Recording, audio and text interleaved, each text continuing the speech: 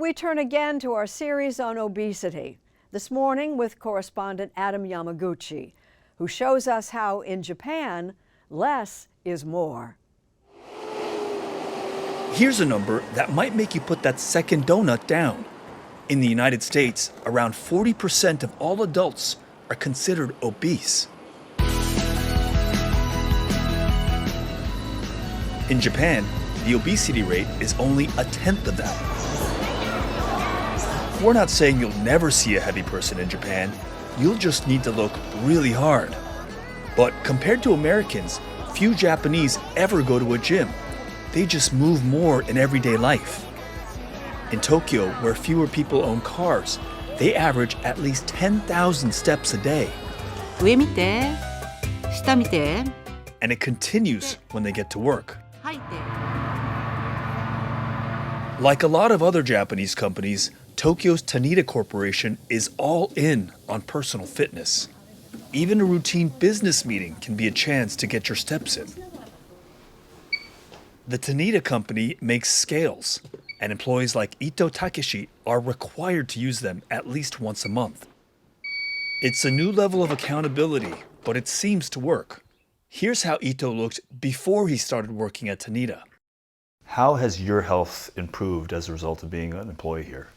I lost 15 kilograms, about 35 pounds after starting at Tanita, and that weight loss came from eating better and walking every day. Just part of the job, says CEO Senri Tanita.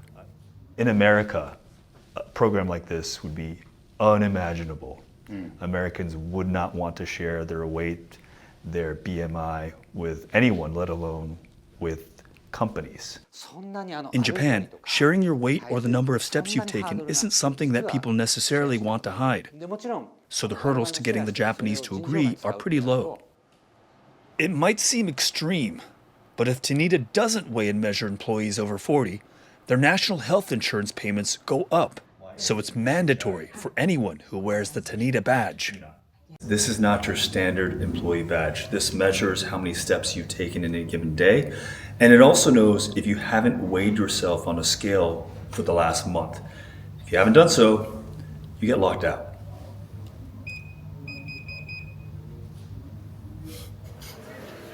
And then there's the matter of what Japanese eat.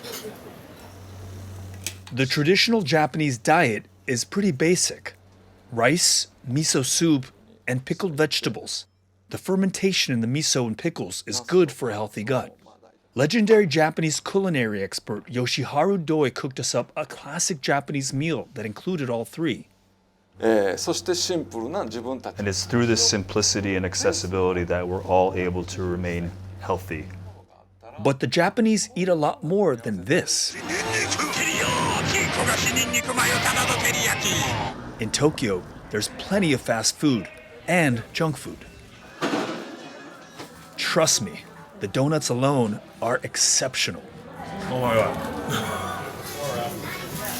Pizza is getting more popular. And so are hamburgers made with high-grade Wagyu beef. But the Japanese tend to eat a lot less of these things. And the Japanese practice something called hara-hachibu, eating until they're only 80% full. There's also an effort to teach young people healthy eating habits right from the start.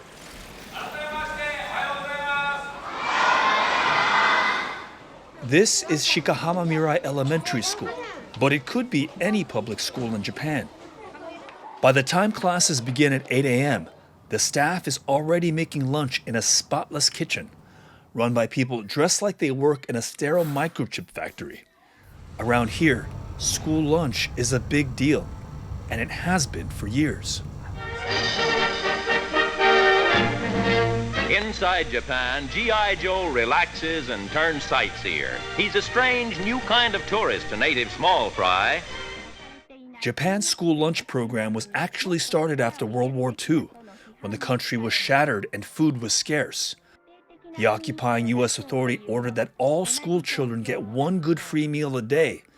And when the Americans pulled out, the Japanese government kept the policy in place. So today, no kid goes hungry at school. Most of the food is sourced locally and delivered daily. Vegetables are always a big part of the menu, maybe the biggest. The food is cooked and tasted again.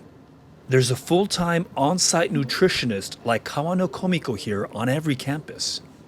She says parents have told her they can't get kids to eat vegetables at home, but they love vegetables at school.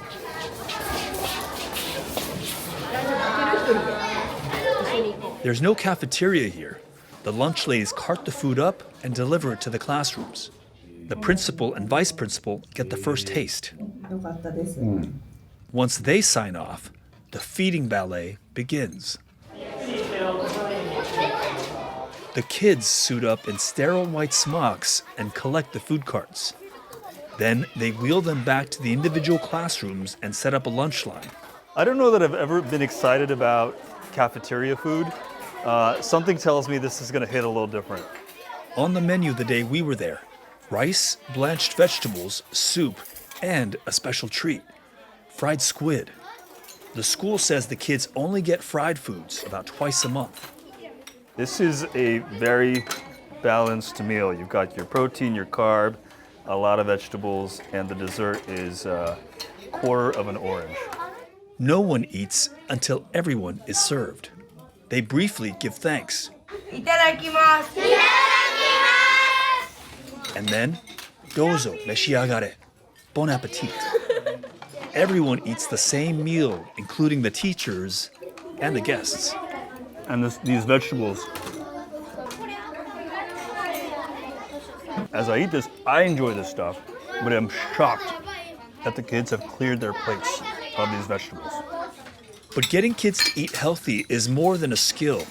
It's a mission, says the school nutritionist. The main principle here is we want to teach kids from an early age to know how to eat so they can carry on those life lessons through adulthood.